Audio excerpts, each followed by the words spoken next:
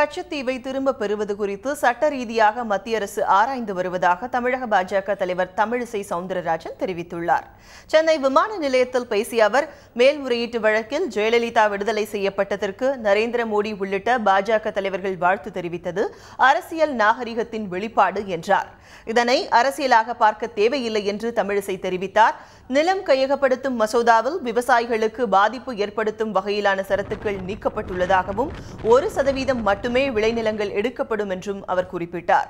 கச்சத்தீவை திரும்ப பெறுவது என்ற நிலைப்பாட்டில் பாஜக உள்ளதாக தெரிவித்த தமிழிசை சவுந்தரராஜன், இலங்கையின் வசம் கச்சத்தீவு இருப்பதால் அதனை திரும்ப பெற சட்ட ரீதியாக ஆராய்ந்து வருவதாகவும் அவர் குறிப்பிட்டார்.